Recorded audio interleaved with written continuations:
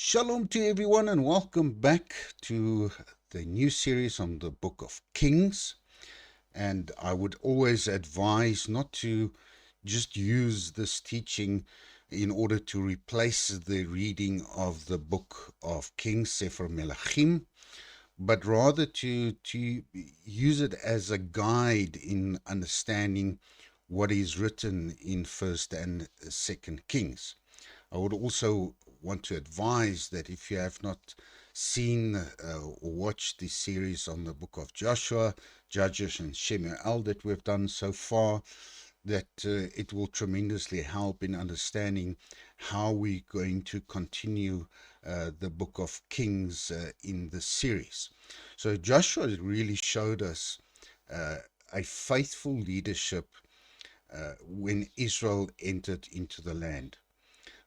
But in Judges, we started seeing a Israel without really faithful leadership. We started seeing Israel with a compromised heart.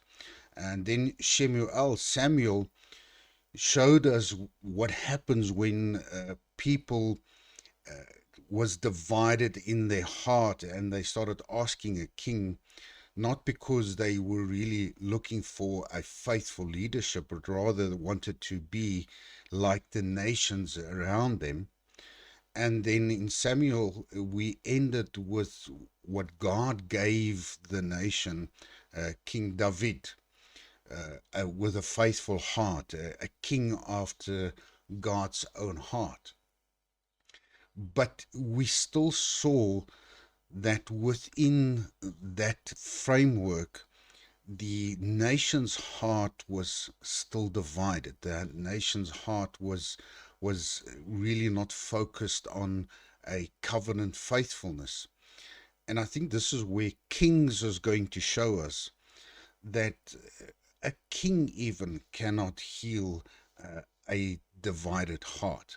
So the main idea through this series on Sefer Melachim is that the kingdom did not fall because God forgot his people, but rather that the kingdom fell because the people forgot their covenant with God. And it's almost a continuation of what we read in Judges, in Shemuel, and it was warned by Moshe, Moses, and even then Joshua.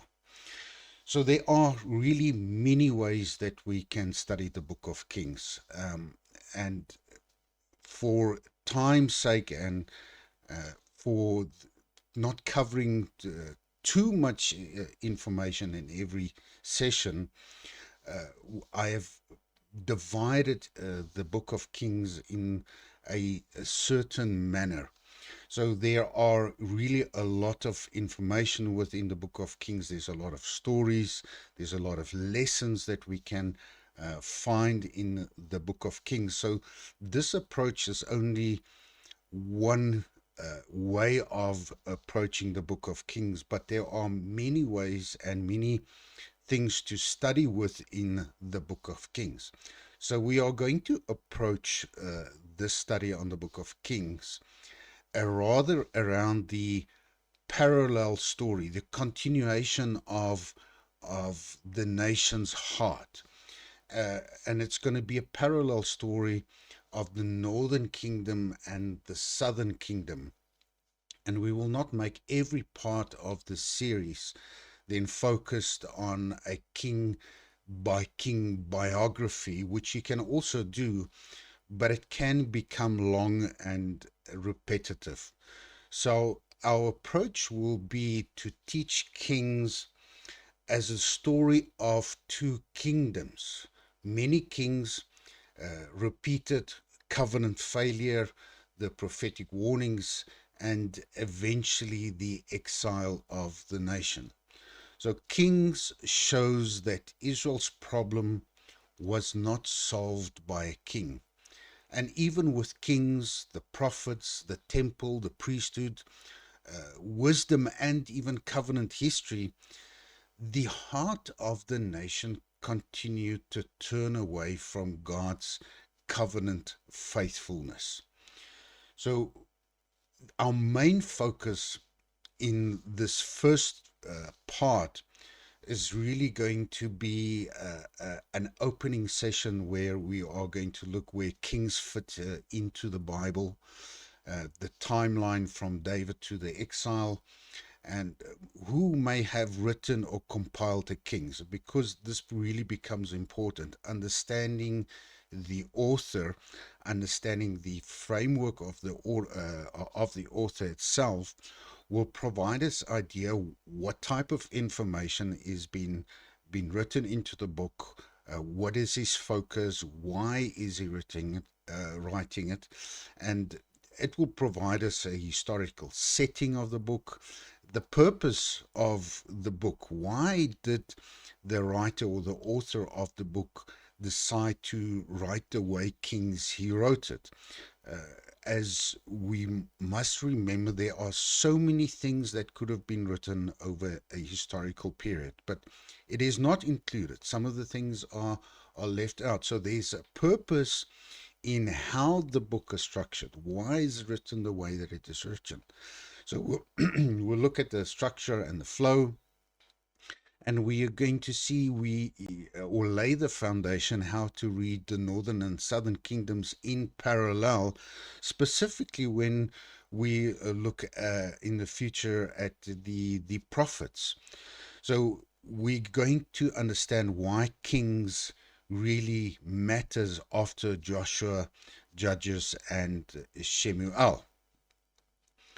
So the timeline in the book of Kings really covers roughly about 400 years from the death of David to the eventually the exile of the nation. So we remember that Kings is not a full 400-year diary of everything that happened.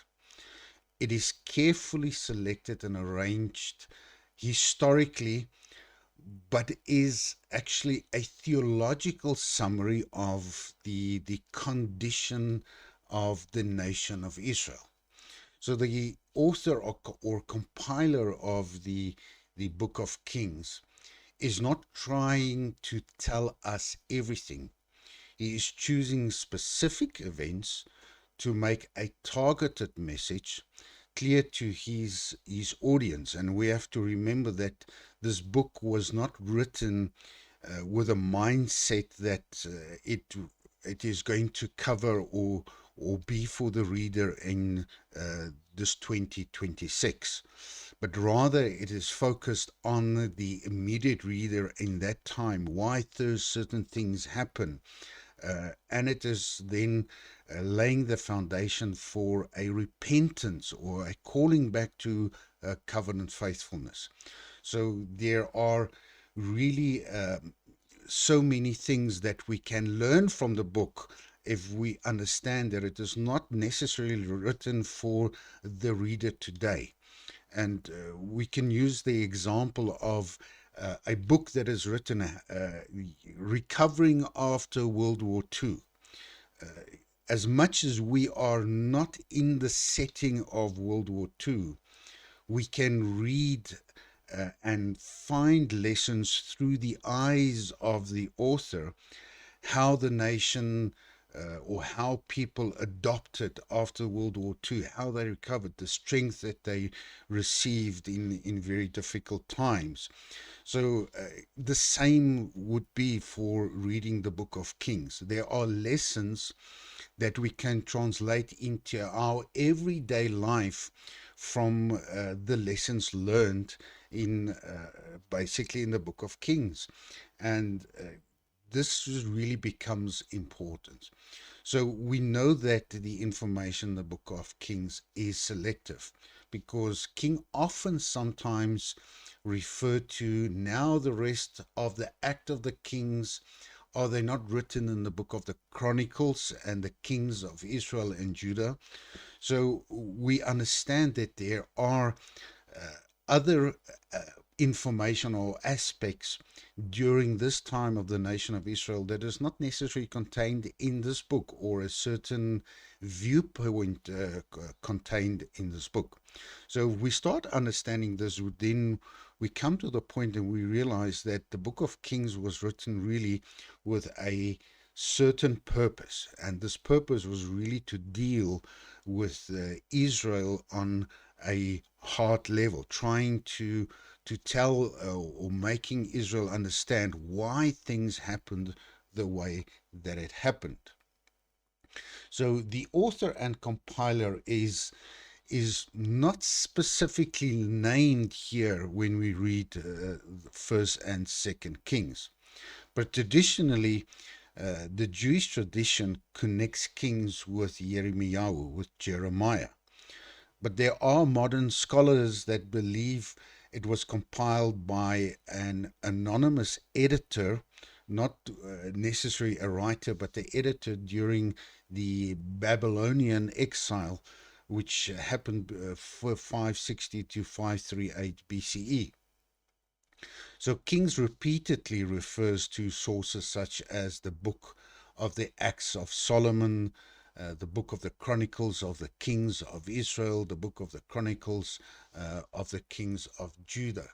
So the author carefully selects the kings, the prophets, the reform, the failures, and judgment to answer one central question: why did the people of God end up in exile? So Kings was written or compiled by a prophetic writer or school using earlier royal records, so using information that was already available at that time. And it is really to explain then why Israel and Judah went into exile. What was the cause of the situation that the reader at that time is finding himself in? So the writer is not only recording, and this is really important in understanding when reading the book of Kings. The author here or compiler is interpreting the history spiritually. So if we really read then the book of Kings with this framework or mindset, then we would find some of the information really informative and full of spiritual lessons. So the current setting of the writer in the book of Kings, as the final form of Kings appear to come from a time of the exile or shortly after the beginning of the exile. So this is important because the writer is looking back and asking, how did we get here? How did the nation of Israel get here? How did the people of God lose their land, their temple, their throne, and the kingdom? Because it was given to them as a promise, but there are some of the covenant stipulations that said if you are not faithful, you'll be removed from the land, the promised land. So the writer is really asking these questions, and during the text is going to answer some of these questions. So the answer of Kings is not mainly apolitical. It was not a political issue he's addressing, but it is really a covenantal and spiritual message to the reader. So Israel and Judah fell because they turned away from God. So the purpose of Kings is then really to explain the fall of Israel and Judah. But more deeply, the content of Kings shows us God was faithful to his covenant. So it is not a case of God changed his mind, or he there was another reasons, but rather it was a covenant unfaithfulness from the people of God. So the kings failed to lead the people faithfully. the people repeated the same heart problem seen in Judges and Samuel. And here we see prophets warning the nation before judgment came about coming back into covenant faithfulness. So the exile, it was not random, and we can see even the split of the two kingdoms. Some of the seeds were already lain in the book of Samuel. So the split of the kingdom and the exile was not just a random act, but it was actually a result of covenant rebellion from the people of God. So even in judgment, Kings wants to tell us that there is a hope of David's house. There's a hope of a king Messiah. There's a hope of a restoration of the nation of Israel, but not just a politically restoration, but really the prophets are going to give us this message that it is going to be, uh, firstly, a heart's restoration to covenant faithfulness. So the book of Kings really ask, what happens when the king, the people, and the nation rejects the word of God? And then we see the book answering this in the stories, and how the prophets warning the people, and how the exiled happened.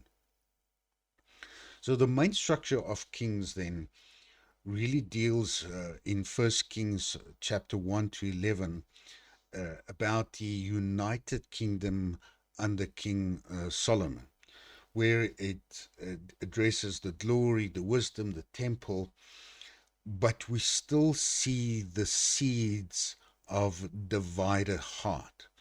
And then in chapters 12 to 16 in First Kings, we really see now the kingdom divided under Rehoboam and Jeroboam, and the start of this split of the kingdom, or the result of the seeds that has already been laid in the division of the kingdoms. And we see the prophets then in First King chapter 17 to Second King chapter 13, where the prophets confront the kings. We read stories about Elijah and Elisha showing God's word against this national decline. And then we really then come to the culmination of the fall of the northern Israel, the northern tribe, in Second Kings chapters 14 to 17, and then to chapters 18-25. We see then after the fall of the northern Israel, the final years of Yehuda, of Judah, so that they learn from the fall of Israel. No, they did not. And we can see this from then eventually the exile of Judah. And then in chapters 25, the end of chapter 25, we see there a final hope still for the nation of Israel. So when we look at the parallel kingdom structure, this really becomes important, specifically when we're starting to read and see some hints within even the New Testament.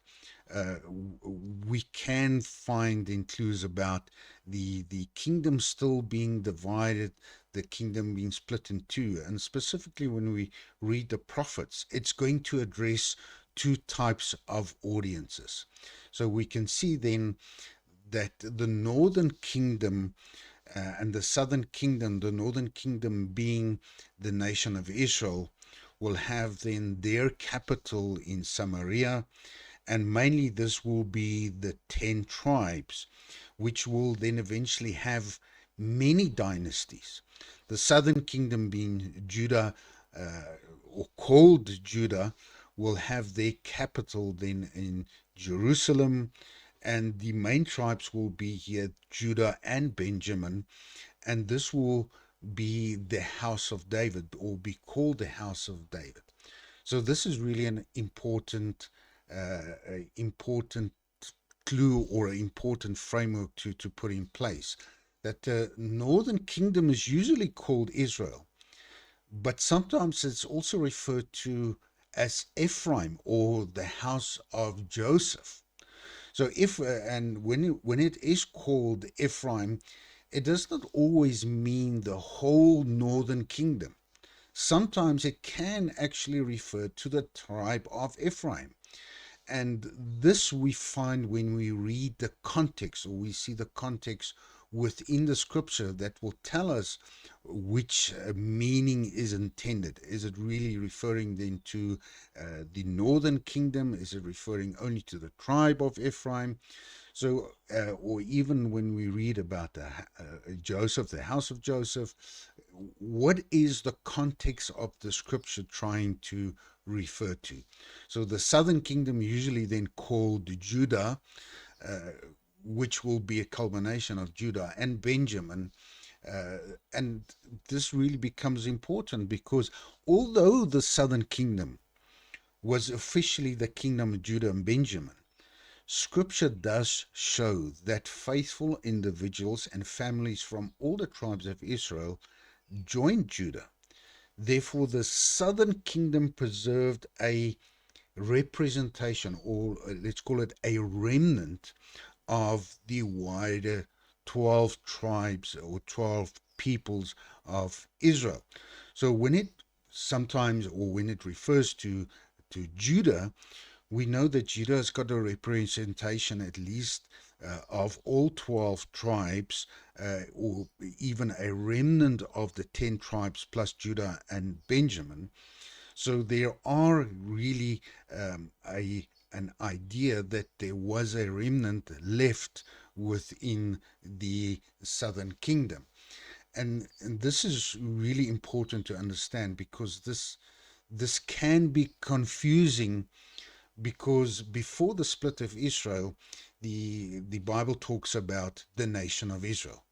But after the split, Israel then often means only the northern kingdom, or the uh, if we might even call it the unfaithful part of the northern kingdom of Israel, which is not 100% correct, because we could see later on that there was, even within Israel, there was a faithful remnant, even within the northern kingdom. So when we read then Kings, we have to remember that uh, in parallel there is a a prophets that works, and we'll get into the teachings when we do the prophets. During this time in the book of Kings, there were prophets operating within the northern kingdom before its fall between 870 722 BC.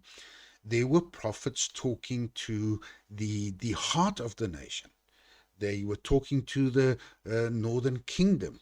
So the audience then, for instance, when we look at the prophets of Jonah, Amos, Hosea, Isaiah, and Micha, we can see that was talking about Israel, Nineveh, Israel the north, Judah the south, and Judah the Israel, Judah and Israel. So we can really see that there were a prophets working during this time. So Kings is not only the story of kings.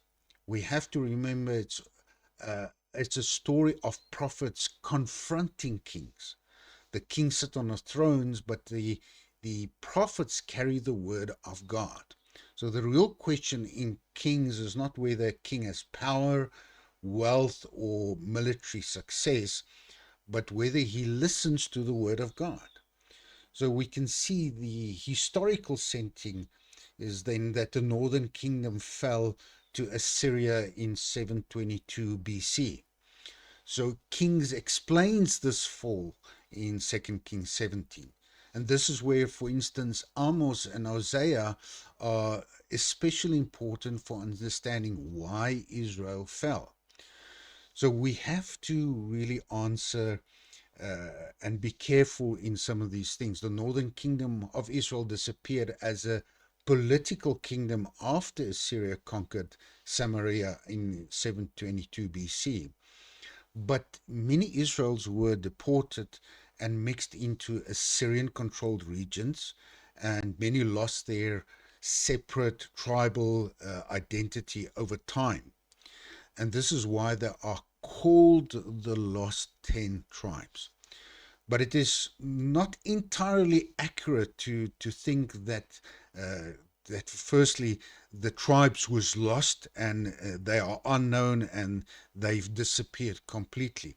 It's not an accurate viewpoint, but it's also not an accurate viewpoint to say that Judah and Benjamin is only two tribes. They do represent a faithful remnant of the lost tribe.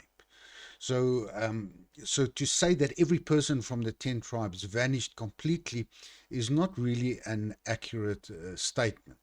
So scripture and history shows us at least four things happened during this time. Some of the Israelites were deported to Syria. Some of the 10 tribes remained in the land.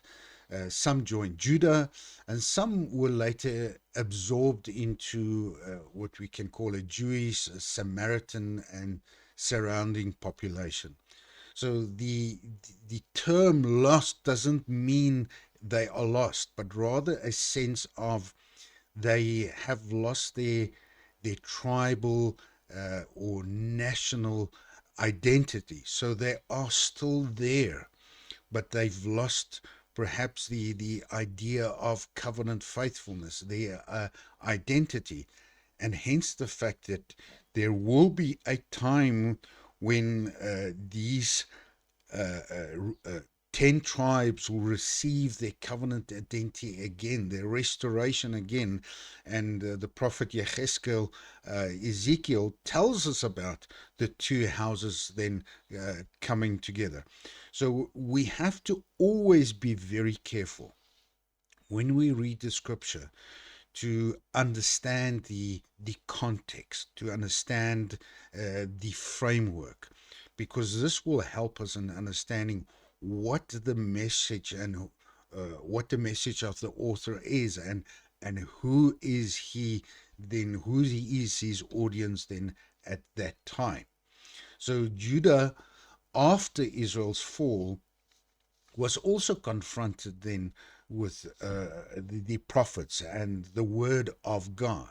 And we would see this in Isaiah, in Micha, in Nahum, and Zephaniah, and even in a prophet that might not have a book written, but Huldah, Jeremiah, Habakkuk, Yechezkel, Daniel.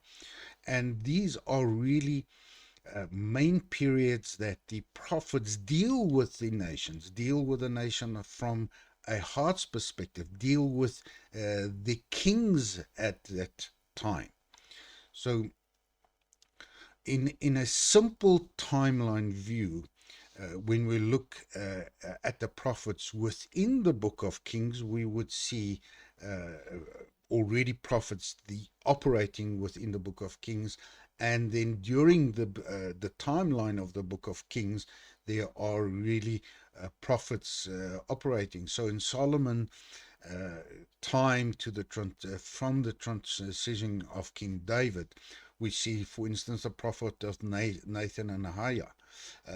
The king, when the kingdom divides, we see Ahiah, Shemaiah, and unnamed man of God, then really dealing with the nation at that time.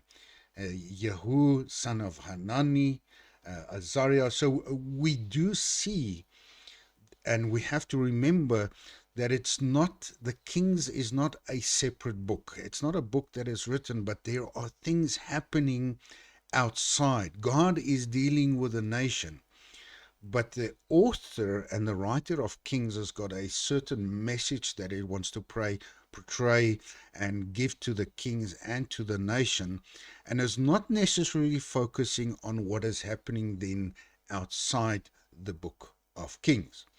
So we also then have heard many comments, but why do we have to read Chronicles? Because it's a repetition of many things that is written in the book of Kings. But we also have to understand that the authors are different, the viewpoints of the authors are different, and they have different messages to the nation and to the king. So it's really might be a repetition of some of the information, but it's really a different setting and audience. For instance, if we look at the book of Kings, the likely setting was during or near the Babylonian exile. And addressing the question is, why did the nation lose the land, the temple, and the kingdom?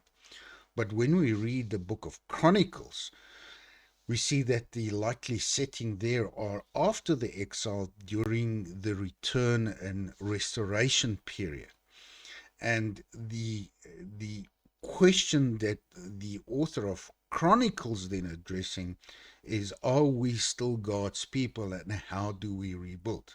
So maybe using some of the same information, and it might seem repetitive, but there are different uh, aspects that the writers and authors wants to deal with, questions that they want to answer.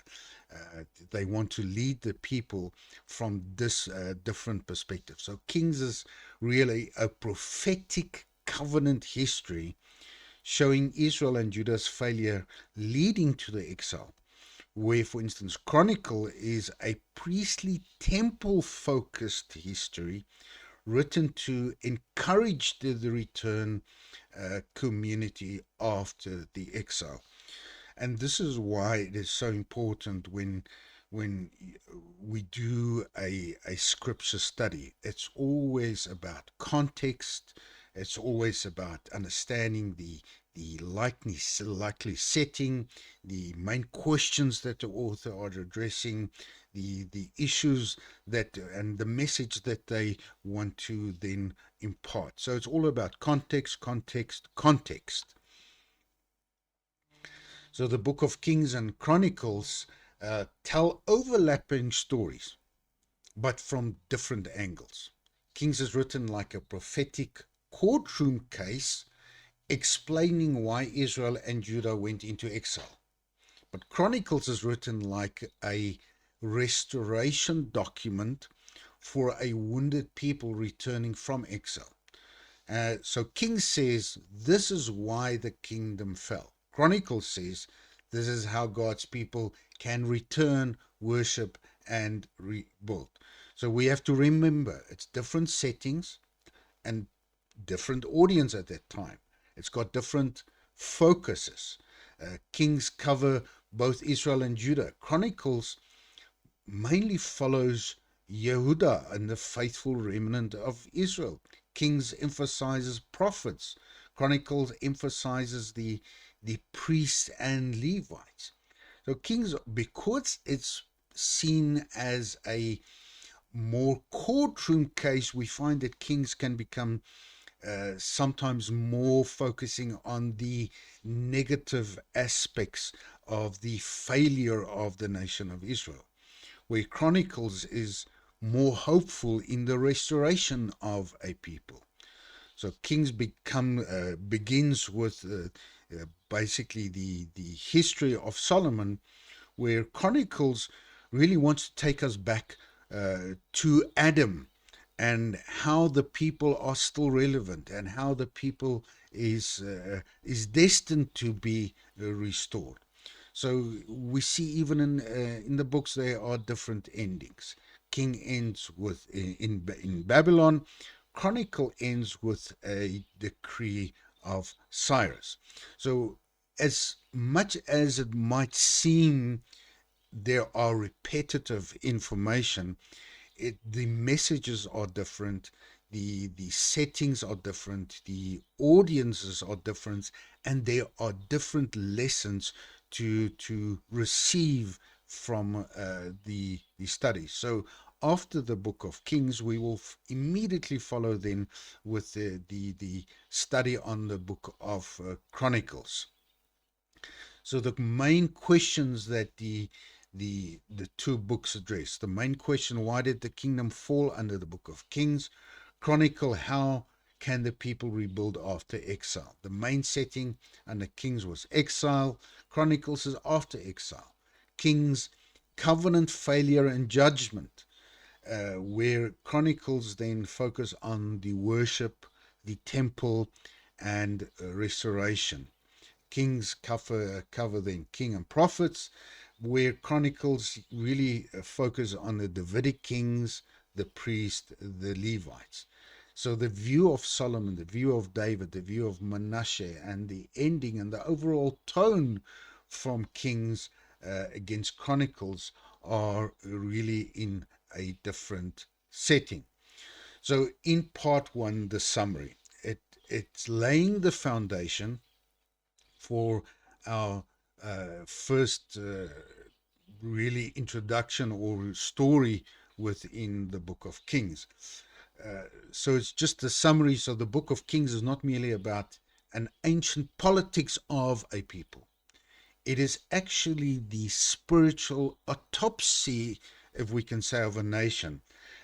It's really looking at the result of what we have been studying from Joshua to Judges to Samuel. It shows us how people can have a land, a temple, a priesthood, prophets, kings, even a history and covenant promises, and still fall if the heart turns away from God. So Kings teaches us this, that the survival of God's people was never based on power, wealth, or even national success, but on covenant faithfulness and a heart that listens to the word of God.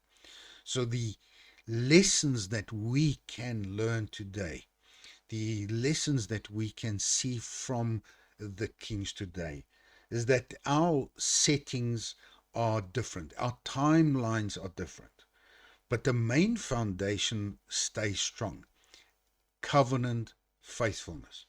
Firstly, for us in this time is to rediscover this covenant, rediscover some of these roots of the covenant, and start building our lives systematically into a covenant faithful relationship with the God of Israel, with the creator of heaven and earth. So then in part two, we are really going to start then with a teaching delving into Solomon.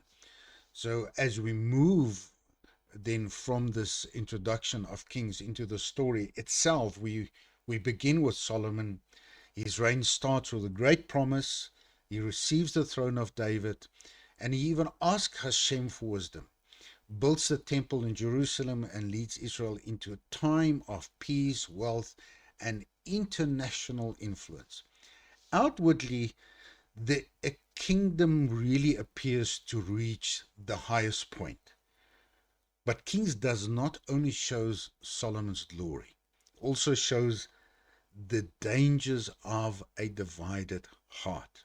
The same king who builds the temple for Hashem later allows foreign gods, political compromise, wealth, and many wives to turn his heart away. So Solomon's story becomes the first major warning in Kings. Blessing, wisdom, and success cannot replace covenant faithfulness. So in part two, we will then focus on how Solomon's reign begins with wisdom and worship, but ends with spiritual compromise, before the kingdom divides politically under Rehoboam. So it first begins to divide spiritually in the heart of Solomon. So in part two, God willing, we are going to see that the kingdom did not first break on the map.